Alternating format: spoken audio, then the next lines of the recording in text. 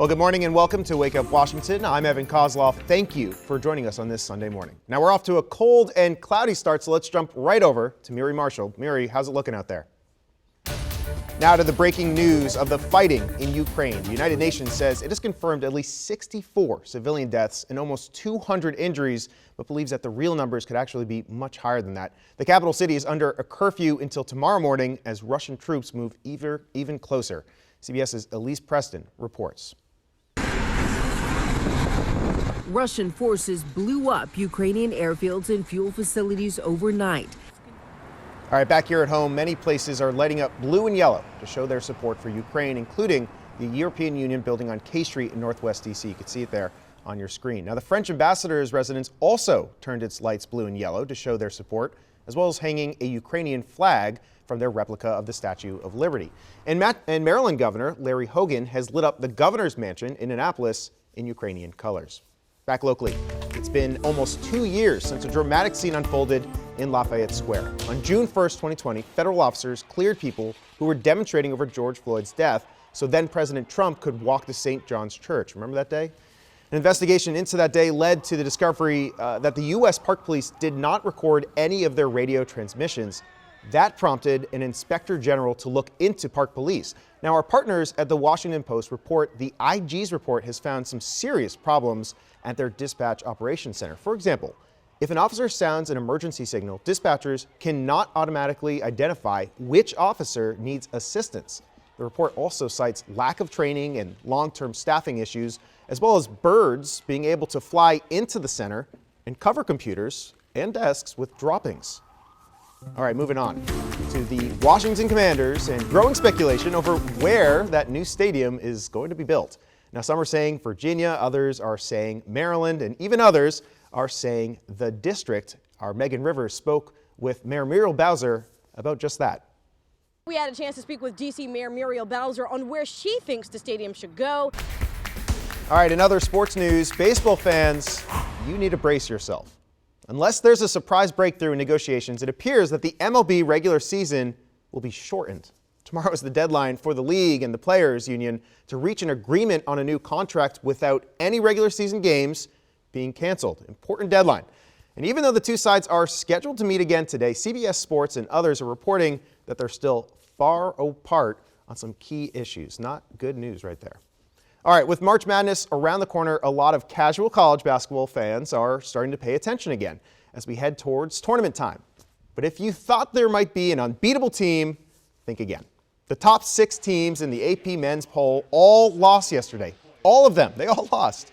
23rd ranked St. Mary's finished off the day of upsets just after midnight when the Gales beat top-ranked Gonzaga 67-57. Now, Gonzaga was going for its 35th straight win against West Coast Conference opponents. 35th.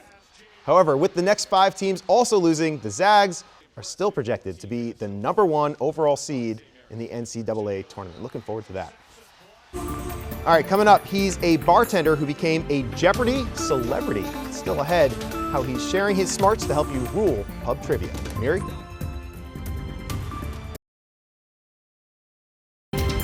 We're going to get to all those stories in just a moment, but we begin with breaking news abroad in Ukraine. Good evening, I'm Evan Koslof, and tonight, the U.S. and European allies took aim at Russia with new sanctions. Right now, more U.S. military aid is on its way to Ukraine.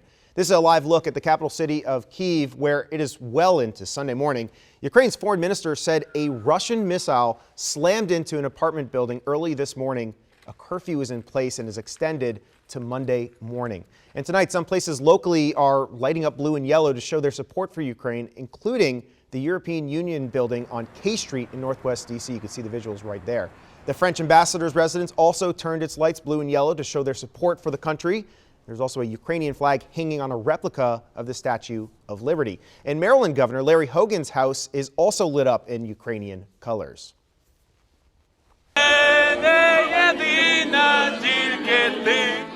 And hundreds of people gathered in front of the White House for a Stand with Ukraine rally today. Supporters are calling on NATO and its allies to quickly add aid to the country.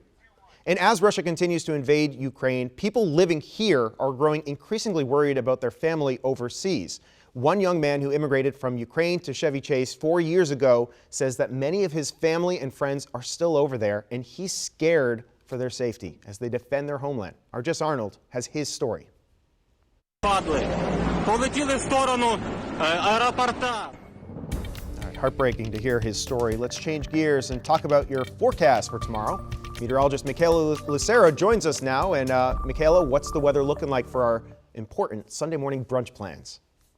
All right, this next story is all new at 11. This time next week, D.C. could see crowds of protesters, all part of truck convoys. Tom Dempsey explains how some supporters in Virginia plan to help those drivers and what the next few days could bring for security around the region.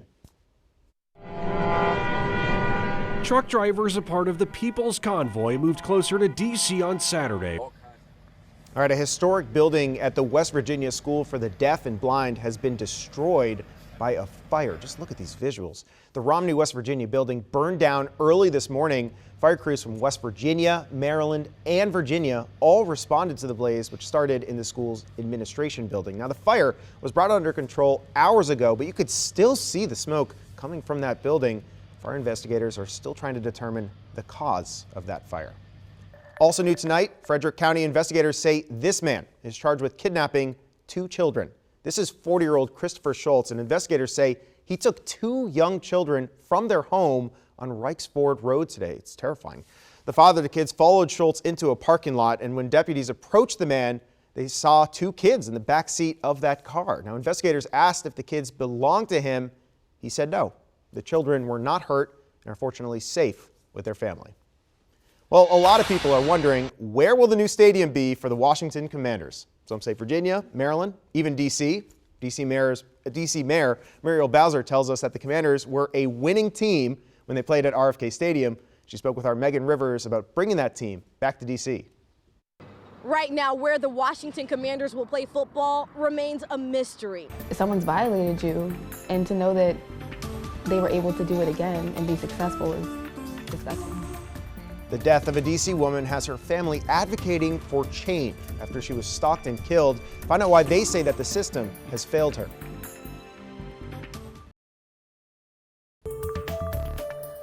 Another mask mandate is being lifted in our area. Masks are no longer required in Loudoun County buildings. The county made the announcement yesterday, and this follows the CDC saying that healthy people can take a break from wearing a mask. But if you work in the county's buildings and are not fully vaccinated, you'll still have to mask up. All right, let's change gears. A deadly shooting inside a Las Vegas hookah lounge leaves 1 person dead and 13 others injured. Tonight, 2 of those hospitalized are in critical condition. The shooting began when a fight broke out between 2 men in the hookah lounge and someone started shooting. Police are still searching tonight for those 2 men. All right, let's focus on the environment. A viral tweet claims that all those cans, bottles, cardboard that you set aside for recycling end up in a landfill anyways. That sounded suspicious to us, so we asked Matt Gregory to verify. Through looking at the numbers and talking to experts, we found this tweet is just wrong. And today was the big day, our WUSA9 Recycle Day.